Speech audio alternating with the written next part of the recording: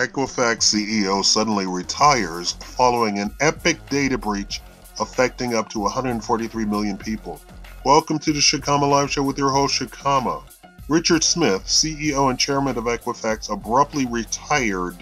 That's a euphemism for he got fired. Tuesday, following a data breach at the credit reporting service that affected the personal information of 143 million people. Equifax shares were down 0.5% Tuesday afternoon. They have fallen 27% in September after the company revealed the breach. The announcement was made Tuesday by Mark Feidler, a current board member, who will serve as non-executive chairman. Paulina Do Rigo-Barros Jr., president of the company's Asia Pacific region, has been appointed as interim CEO. Smith, who was 57 as the company's proxy statement on March, became CEO and chairman in 2005 after 22 years at General Electric in senior roles in various divisions. He is to appear at a hearing of the Senate Banking Committee on October 4th and is the only person scheduled to testify. He is also scheduled to testify next week at a hearing of the House Energy and Commerce Committee. In a statement Tuesday, Senator Brian Schatz, Democrat of Hawaii, and member of the Banking Committee, said Smith's departure just days before his scheduled appearance in Congress is an abdication of his responsibility. He, quote, "I fully expect Mr. Smith to testify before the Banking Committee next week, regardless of the timing of his retirement," Schatz said. Earlier on Twitter, the House Energy and Commerce Committee said Smith would testify on October 3rd.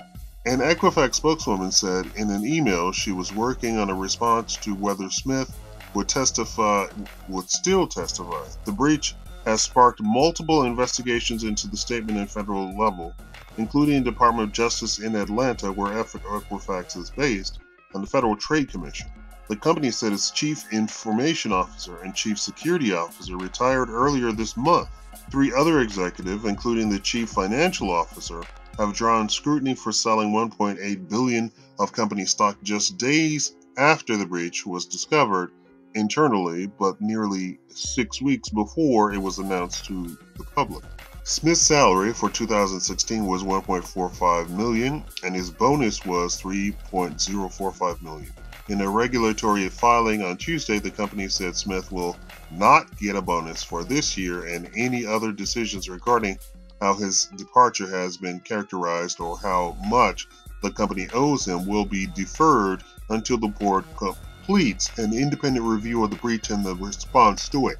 In a statement on Tuesday, Feidler said, quote, "The board remains deeply concerned about the totally focused on the cybersecurity incident. We are working intensely to support consumers to make the necessary changes to minimize the risk that something like this happen again."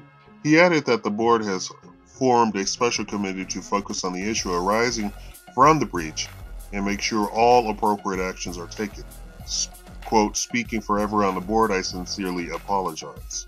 In the same statement, Smith said he believed it is the best interest of the company to have new leadership, quote, "to move the company forward." Feidler is a partner and co-founder of a private equity firm and has been an independent director of Equifax since 2007. Barros, the interim CEO, recently oversaw Equifax's Asia Pacific business, including the company's largest ever acquisition.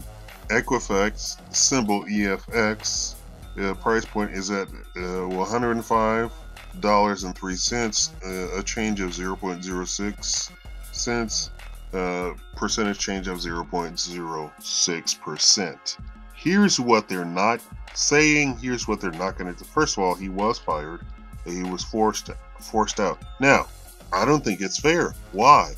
Because somebody in the company actually had a patch that they were supposed to apply to their software, and they did not patch it. This is at a lower level.